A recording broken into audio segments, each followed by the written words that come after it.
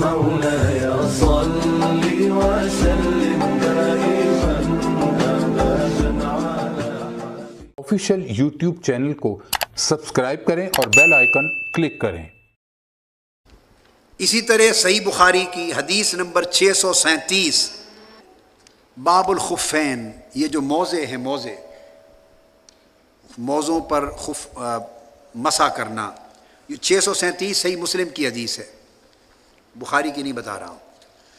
المسح علی الخفین، جب اسی وضو میں آئے گا المسح علی الخفین، ابھی میں نمونے دے رہا ہوں، پھر تو میں ساتھ ساتھ آپ کو نمبر سارے بتا کے چلوں گا۔ امام بخاری نے موضوع پر مسح کرنے کی حدیث دی ہے، اور توقید کی کوئی حدیث پوری صحیح بخاری میں نہیں لائے۔ توقید سے مراد کہ کتنے وقت تک مسح کرنا جائز ہے۔ جب موزے پہن لیے تو مقیم کتنے دن اس پر مسح کر سکتا ہے، یا کتنی نمازوں تک کر سکتا ہے، مسافر کتنا عرصہ کر سکتا ہے، یہ توقید کہتے ہیں۔ کیا؟ التوقید فی المسح، مسح علی الخفین میں توقید کے وقت کتنے تک جائز ہے موضوع پر مسح کرنا، یہ پوری زندگی جاری رکھے۔ تو امام بخاری نے کوئی حدیث توقید فی المسح پر نہیں وارد کی۔ اب اس کی وجہ امام بخاری کے فقہی رجحان میں اور مذہب میں مسح علی الخفین مطلق ہے، توقید ہے نہیں، لہٰذا انہوں نے حدیث وارد نہیں کی۔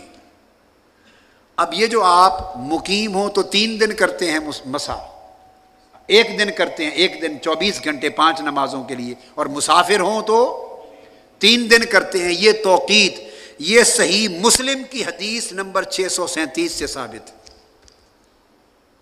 یہ بخاری سے نہیں ملی توقید، یہ صحیح مسلم میں ہے، یا نسائی شریف میں ہے، یا ابن ماجہ میں ہے۔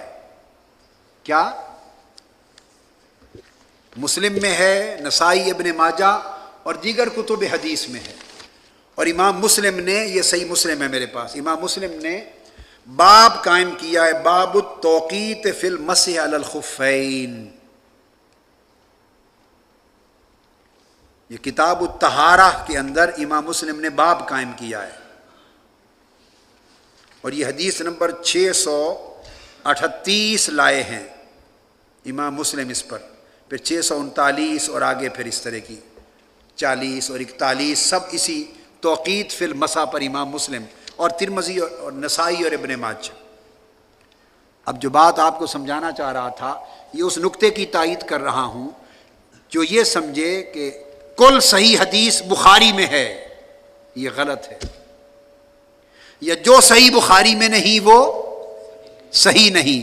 میں اس تصور کا رد کر رہا ہوں دلائل صحیح بخاری سے کہ جو صحیح بخاری میں نہیں وہ صحیح نہیں، تو اس کا مطلب ہے پھر اب مسح پر جو توقید کرتے ہیں وہ بھی صحیح بخاری میں نہیں، حتیٰ کہ قائداً بیٹھ کر بول کرنا وہ بھی صحیح بخاری میں نہیں، جبکہ امام مسلم حدیث صحیح لائے ہیں اور باقی اصحاب سیاح حدیث صحیح لائے ہیں، مگر امام بخاری نہیں لائے۔ اس کے اسباب ہوتے ہیں۔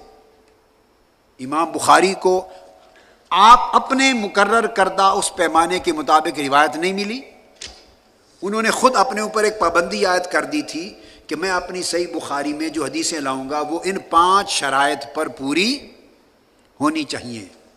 احادیث صحیحہ میں سے جو ان شرائط پر نہیں ہوئی نہیں لی، وہ دیگر احادیث صحیح تھیں، دیگر ائمہ نے لے لی، لہذا یہ قول غلط ہوا کہ جو بخاری میں نہیں ہم نہیں مانتے، یا یہ دعویٰ کرنا، مطالبہ کرنا کہ اگر ہے یہ بات تو بخاری میں دکھاؤ، یہ صرف جاہلوں کا قول ہے، عالموں کا نہیں ہے کہ ہمیں صرف بخاری میں دکھاؤ، یہ جہال کا قول ہے، ایک اہل علم میں سے کوئی شخص یہ بات نہیں کر سکتا۔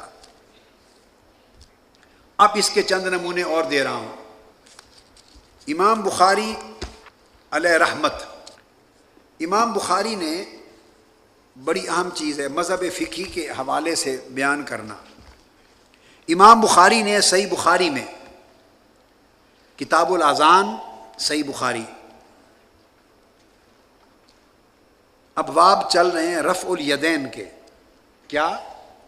رفع الیدین، نماز میں جو رفع یدین کرتے اس کے باب نمبر 85 اور باب ہے الا این یرفع یدیہ. امام بخاری نے باب قائم کیا ہے باب نمبر 85 کتاب الاذان میں الا این یرفع یدیہ کہ جب نماز پڑھیں اور رفع یدین کریں تو کس جگہ تک ہاتھ اٹھائے جائیں. یہ باب قائم کیا ہے. یہ جو ہاتھ رفع یدین کا کرتے ہیں تو کس جگہ تک اٹھائے جائیں, یہ باب ہے امام بخاری نے قائم کیا. اس کی حدیث نمبر 738 بیان کر رہا ہوں. حدیث نمبر 737 یہ ذہن میں رکھ لیں. حدیث نمبر مختلف نسخوں میں تھوڑے تھوڑے بدلتے رہتے ہیں. پرانے نسخوں میں اور تھے, نئے میں اور ہیں. اعداد میں نے بتایا نا آپ کو, جس طرح تعدادیں مختلف ہیں, گنتی کے طریقے مختلف ہیں. تو باب بتا دوں گا, کتاب بتا دوں گا, باب کا عنوان بتا دوں گا, تو کوئی بھی نسخہ لیں گے تو آپ پہنچ جائیں گے اس پر. کتاب الاذان باب نمبر 85, باب کا نام الا این یرفع یدیہ, اس کی حدیث. تو امام بخاری ایک ہی حدیث لائے ہیں اس میں, اور وہ یہ کہ جب نماز شروع کرنے لگیں اس وقت رفع یدین, یا اسی طرح بعد میں بھی جب رفع یدین کریں رکوع میں یا جاتے یا اٹھتے ہوئے, وہ فرماتے ہیں کہ ہاتھ صرف ان کندھوں تک اٹھائے جائیں. اب یہ امام بخاری کا مذہب فقہی ثابت ہو رہا ہے. تراجم الابواب ہیں, باب کا ترجمہ قائم کر دیا نا کہ ہاتھ کہاں تک اٹھائے جائیں. اس سے پڑھنے والے کا ایک ذہن بن گیا. آپ میری بات کو سمجھیں. غلطی کیا ہوئی کمزور علم رکھنے والوں کی کہ انہوں نے باب کا عنوان پڑھا, اس سے ایک ذہن بن گیا, جو حدیث اس کے نیچے پڑھی اس حدیث کو بغیر سوچے سمجھے اس عنوان باب کے مضمون میں ملا دیا. میں نے یہ کتاب المنہاج السوی لکھی ہے, اس کے تمام جو کام محدثانہ کیا اس میں, تمام تراجم الابواب نئے قائم کیے ہیں میں نے, اصحاب الحدیث کی طرح نئے تراجم الابواب. آپ سمجھ جائیں گے, جب پوری گفتگو ختم ہوگی آپ کو سمجھ آ جائے گی کہ حکمت کیا ہے. تو پڑھنے والے نے جو حدیث پڑھی اس کو آگے آئیں گی وہ حدیثیں جس میں آپ کو یہ بات سمجھائے. تو امام بخاری ایک ہی حدیث لائے ہیں کندھوں تک ہاتھ کھڑے کرنے کی, اور کان کی یہ جو لویں ہیں اذنین تک, کان کے برابر ہاتھ کھڑا کرنے یا انگوٹھے کو کان سے ملانے تک کی کوئی حدیث امام بخاری نے روایت نہیں کی.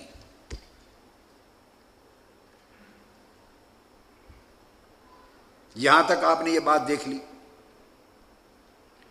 نمبر 1, نہ تو رفع یدین نہ کرنے کی کوئی حدیث بھی نہیں لائے. اس پر میں ابھی بعد میں آتا ہوں, نکتہ سمجھیں. بعض لوگ آپ سے کہیں گے احناف حنفی رفع یدین نہیں کرتے, ہم پہلی بار کرتے ہیں افتتاح میں تکبیر اولیٰ, بعد میں رفع یدین نہیں کرتے. بعض اہل علم اور بعض احباب کہیں گے کہ آپ رفع یدین نہیں کرتے, اور رفع یدین ترک کرنے یا نہ کرنے کی تو کوئی حدیث بخاری میں نہیں ہے. یہ اعتراض ہے نا, اس کا ایک جواب آپ کو مل چکا. ہاں, رفع یدین نہ کرنے کی کوئی حدیث بخاری میں نہیں ہے, اسی طرح جیسے بیٹھ کر پیشاب کرنے کی بھی کوئی حدیث بخاری میں نہیں ہے. نہیں ہے تو کیا ہوا بھئی, کوئی قیامت آ گئی ہے. بخاری شریف میں صرف 2513 حدیثیں ہیں بس. انہوں نے ایک معیار مقرر فرمایا ہے امام بخاری نے, اور 97,500 حدیثیں جو انہیں خود صحیح یاد ہیں وہ نہیں ہیں بخاری شریف میں. تو باقی کتابوں سے دیکھ لیتے ہیں. اس کا مطلب یہ تو نہیں کہ باقی کتابیں غلط لکھی گئی ہیں. یہ نقطہ سمجھا رہا ہوں. اب دوسری بات میں نے بتائی توقیت مسح کی, وہ بھی بخاری شریف میں نہیں ہے, ہم کرتے ہیں تو دوسری کتابوں پر انحصار کیا نا. اب اسی طرح بتا رہا ہوں رفع یدین میں کندھوں تک ہاتھ اٹھانا بس, اس کے سوا آگے کوئی اور حدیث امام بخاری نہیں لائے. حدیث کے الفاظ ہیں حدثنا, بلکہ ترجمۃ الباب سمجھا دوں آپ کو جو میں نے وہ کیا تھا. اوپر تھا باب نمبر 85, امام بخاری نے فرمایا باب الی این یرفع یدیہ, یہ اس کا عنوان ہے, ترجمۃ الباب ہے. آگے فرمایا وقال ابو حمید فی اصحابہ, رفع النبی صلی اللہ علیہ وسلم حذو منکبیہ.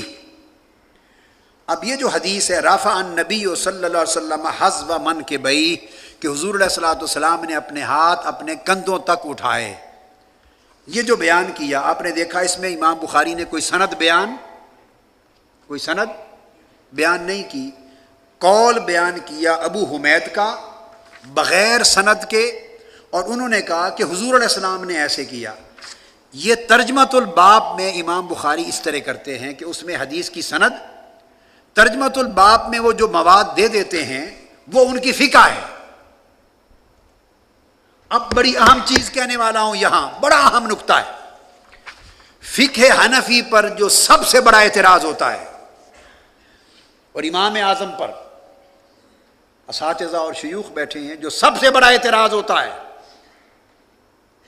وہ یہ اعتراض کرتے ہیں، اور ائمہ فقہ پر وہ یہ اعتراض کرتے ہیں کہ وہ اقوال دے دیتے ہیں، وہ مراسیل دے دیتے ہیں، صحابہ کا قول مرسل صحابی دے دیتے ہیں، مرسل تابعی دے دیتے ہیں، وہ مقطوع روایت دے دیتے ہیں کہ فلاں نے کہا کہ حضور ایسا کرتے تھے صلی اللہ علیہ وسلم، فلاں تابعی نے کہا کہ حضور علیہ السلام ایسا فرماتے تھے، فلاں تابعی نے کہا کہ حضور کا عمل یہ تھا، فلاں تابعی نے کہا کہ حضور کا معمول یہ تھا.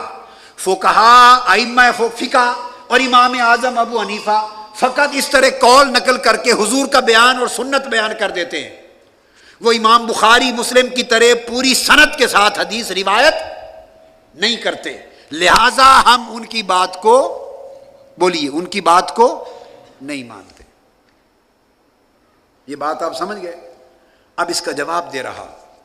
یاد رکھ لیں، امام اعظم ہوں یا امام مالک ہوں یا امام شافعی ہوں یا احمد بن حنبل، جو ائمہ فقہ اور ائمہ مذہب ہیں اور مجتہد مطلق ہیں جنہوں نے مذہب کی بنیاد رکھی، بشمول امام الائمہ امام اعظم ابو حنیفہ رضی اللہ تعالی عنہ، جب وہ مسئلہ فقہ کا سمجھانا چاہتے ہیں تو یاد رکھ لیں حکم فقہ سمجھانے کے لیے امام فقہ کو سند کے ساتھ حدیث بیان کرنے کی حاجت نہیں ہوتی. وہ خود معتمد ہوتا ہے، وہ ثقہ ہوتا ہے، یا وہ تابعی ہے یا تبع تابعی ہے، خود خیر القرون سے ہے، اور اپنی پوری محقق سند کے ساتھ وہ صحابی کو بیان کر رہا ہے یا تابعی کا قول بیان کر رہا ہے کہ ابن سیری نے کہا، شابی نے کہا، زہری نے کہا، فلاں نے کہا، حسن بصری نے کہا، قتادہ نے کہا، اکرمہ نے کہا. جب وہ اعتماد کے ساتھ، پوری ثقافت کے ساتھ، وثوق کے ساتھ صحابی کو، تابعی کو، تبع تابعی کو، جس سند پر انہیں علم بھی ہے اعتماد بھی ہے، جب ان کے قول سے بیان کرتے ہیں کہ فعل رسول اللہ ہاکذا او قال رسول اللہ ہاکذا، یا ہاکذا یفعل رسول اللہ، یا ہاکذا یقول رسول اللہ، جب وہ ان کا قول روایت کرتے ہیں تو اعتماداً ان کا قول حکم مرفوع کی طرح ہوتا ہے. آپ کہیں گے کس طرح؟ اسی طرح امام بخاری نے صحیح بخاری میں اول سے آخر تک جو عمل ترجمۃ الباب میں کیا ہے وہ عمل امام اعظم ابو حنیفہ نے کیا. اب بات کو سمجھ گئے؟ یہ جو امام بخاری نے جو کچھ کیا ترجمۃ الباب میں، یہی ائمہ فقہ کرتے ہیں. امام اعظم ابو حنیفہ نے یہی کیا ہے.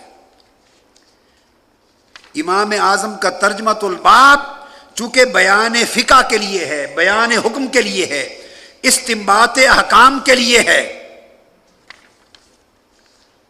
اور اپنے فقہی مذہب کے اظہار کے لیے ہے، اس وجہ سے اور وہ چونکہ امام بخاری کو چونکہ یہاں اعتماد ہے ابو حمید پر، اور ابو حمید کو اعتماد ہے سند پر کہ حضور نے ایسا فرمایا، لہذا امام جب اعتماداً ثقافت کے ساتھ اعتماداً کہتا ہے بیان فقہ کے لیے، تو وہ امام بخاری کے ترجمۃ الباب کے حکم میں داخل ہوتی ہے. لہذا ائمہ فقہ کے ایسے بیان وہ درجہ رکھتے ہیں جو امام بخاری کے ترجمۃ الباب کا ہے، اور جہاں وہ پوری سند کے ساتھ حدیث روایت کر دیں اس کا وہ درجہ ہوتا ہے جو کتب حدیث میں اسناد حدیث کا ہے. تو وہ دونوں طریقے اپناتے ہیں. یہ ترجمۃ الباب کی وضاحت ہے. نیچے حدیث یہ ہے، عبداللہ بن عمر سے روایت کیا، قال رأیت النبی صلی اللہ علیہ وسلم افتتح التکبیر فی الصلاۃ فرافع یدیہ حین یکبر حتی یجعلہما حذو منکبیہ او کما قال۔ عبداللہ بن عمر رضی اللہ تعالیٰ عنہ سے روایت کیا حضور علیہ السلام کا کہ دیکھا کہ نماز کو افتتاح کیا، تکبیر کہی اور اپنے دست مبارک کندھوں تک اٹھائے، بس۔ اب امام بخاری دوسری روایت تو لائے ہی نہیں ہے صحیح بخاری میں کانوں تک اٹھانے کی، ایک ہی روایت دے دی۔ کیوں کہ اوپر، اب اس کی بات کو سمجھیں کیوں دی، کہ اوپر وہ اپنی فقہ بیان کر چکے ہیں، اوپر اپنا مذہب، جہاں امام بخاری ہر جگہ نہیں دیں گے ترجمۃ الباب میں وضاحتیں، عنوان دے دیں گے ترجمۃ الباب، جہاں امام بخاری ترجمۃ الباب میں کوئی قول بھی دے دیں، حدیث کا کوئی جز بھی دے دیں، صحابہ تابعین کا کوئی قول دے دیں، تو گویا انہوں نے اپنا اظہار ما فی الضمیر کر دیا، اپنے مذہب کو، اپنے فقہی حکم کو، اپنی ترجیح کو بیان فرما دیا۔ جب بیان فرما دیا اوپر کہ یہ ہے، تو حدیث وہ لائیں گے اوپر کے بیان کردہ بات کو ثابت کرنے کے لیے۔ تو میں مقصود یہ سمجھانا چاہتا ہوں کہ یہ کتاب الحدیث بھی ہے، کتاب الفقہ بھی ہے۔ اس فرق کو سمجھے بغیر اگر بخاری پڑھیں گے تو مغالطہ پیدا ہوگا، سمجھ کے پڑھیں گے تو مغالطے دور ہو جائیں گے۔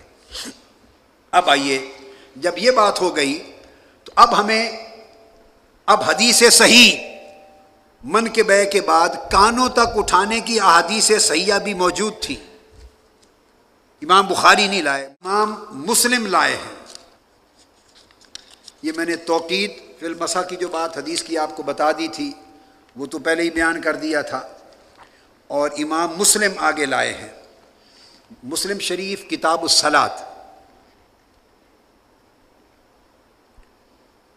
کتاب الصلاۃ میں 9واں باب ہے، اور باب کا عنوان انہوں نے بنایا باب استحباب رفع الیدین، ہاتھ اٹھانے کا استحباب، حذو المنکبین، وہی کاندھوں تک کا باب ہے۔ اس باب میں امام بخاری پہلے تو اسی طرح کندھوں تک ہاتھ اٹھانے کی حدیثیں لائے ہیں، امام مسلم، اور اس کے بعد حدیث نمبر 863 اور حدیث نمبر 864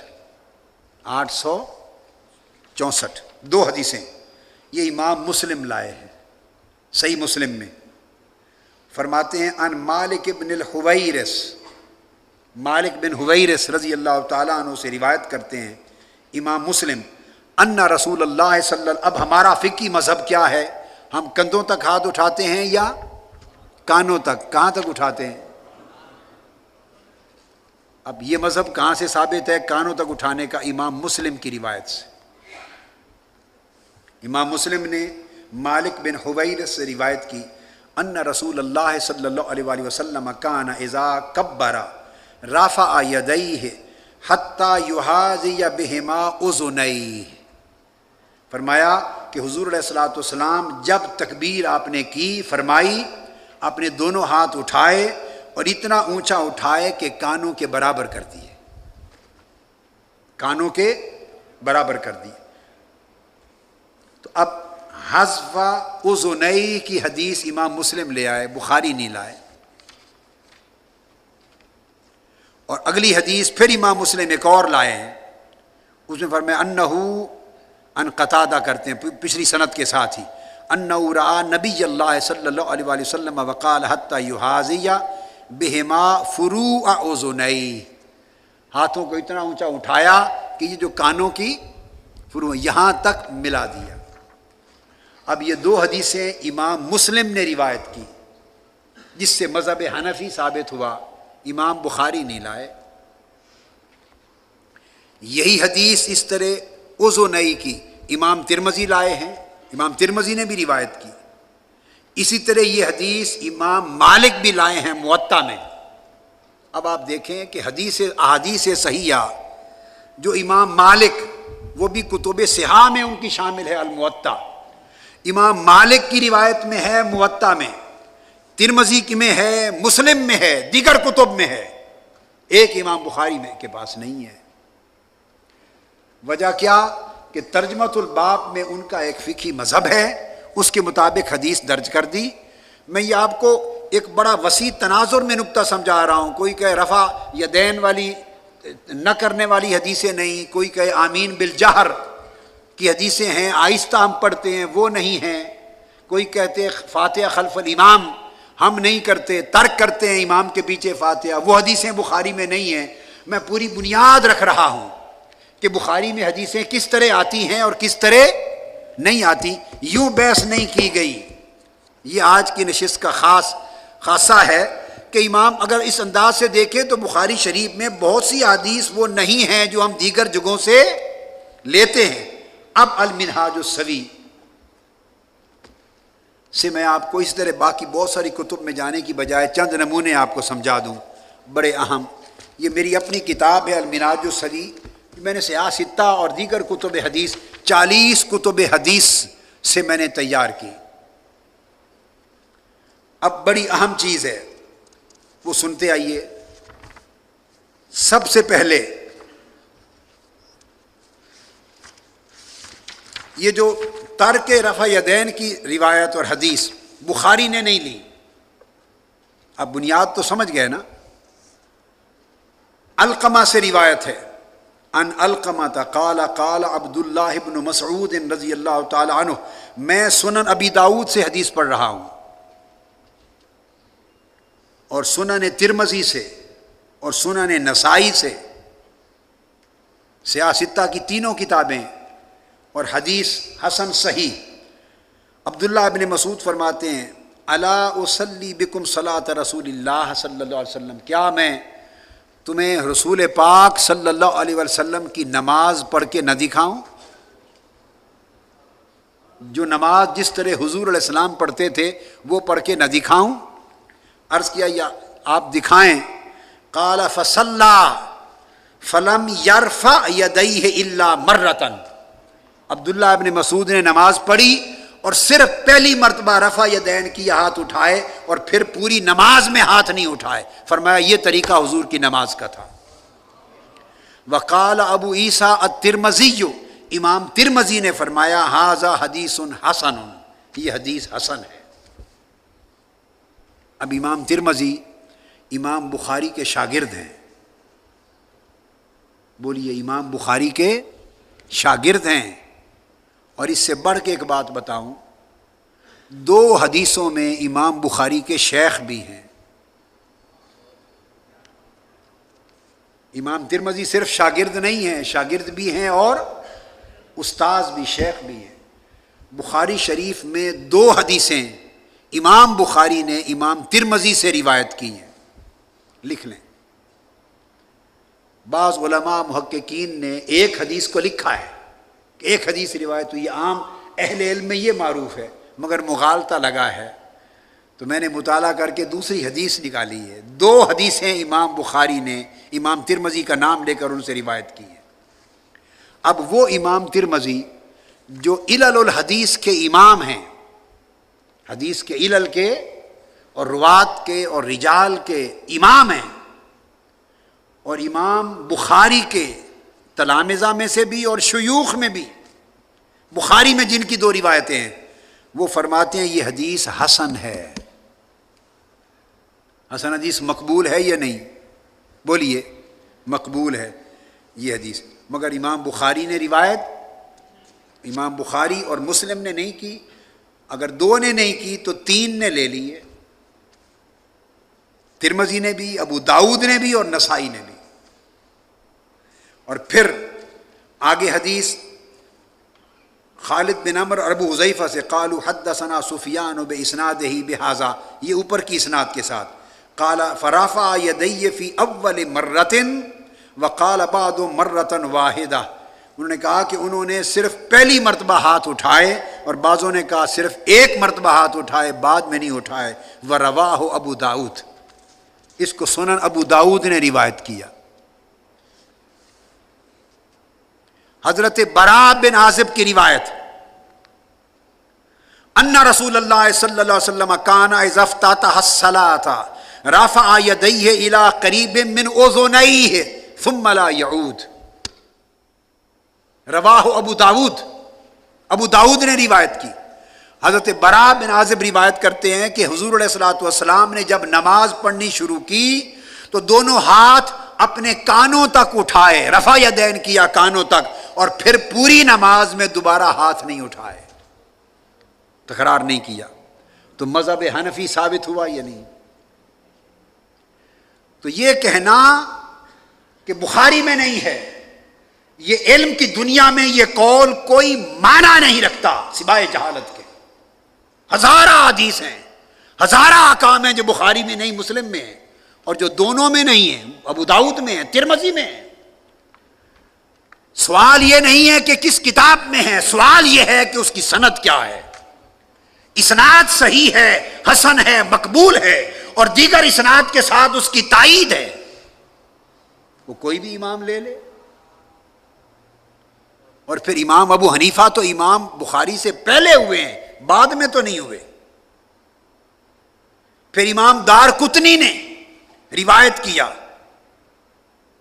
فرمایا فلم صحابہ ابو بکر اور عمر رضی اللہ تعالی عنہ قال صلیت مع رسول اللہ صلی اللہ علیہ وآلہ وسلم و ابی بکر و عمر۔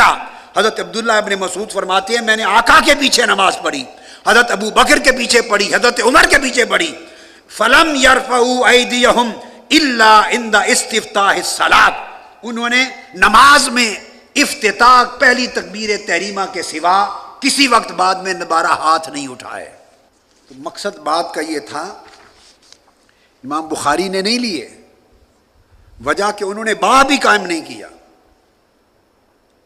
اور بعض اماموں نے باب ترک رفع الیدین کا قائم کیا۔ امام نسائی نے رفع الیدین کا باب بھی قائم کیا، اور اگلا باب باب و ترک ھذا، رفع یدین ترک کرنے کا باب بھی قائم کیا۔ تو سیاستہ کے بعض امام دونوں طرف کے باب بناتے ہیں اور دونوں طرف کی حدیثیں لاتے ہیں، یا ایک ہی باب میں دونوں طرف کی حدیثیں لاتے ہیں۔ امام بخاری صرف ایک طرف کی لاتے ہیں کیونکہ اوپر ترجمۃ الباب میں اپنا فقہی مذہب بیان فرما چکے ہیں، اور یہ اعتراض کی بات نہیں ہے۔ وہ محدث بھی ہیں، امام حدیث بھی ہیں، اور مجتہد بھی ہیں، اپنا اجتہاد کی تائید میں حدیثیں لائے ہیں۔ اگر یہ بات سمجھ میں آ جائے کہ اپنے اجتہاد کی تائید میں حدیثیں لائے ہیں، پھر یہ سوال ہی ختم ہو جاتا ہے کہ صرف بخاری میں دکھاؤ۔ بھائی جو بات امام بخاری کے اجتہاد میں نہیں ہے، مختلف ہے، وہ امام بخاری کیسے لائیں گے؟ وہ مسلم لائیں گے یا ابو داؤد لائیں گے یا ترمذی لائیں گے یا نسائی لائیں گے؟ اسناد کا صحیح ہونا ضروری ہے۔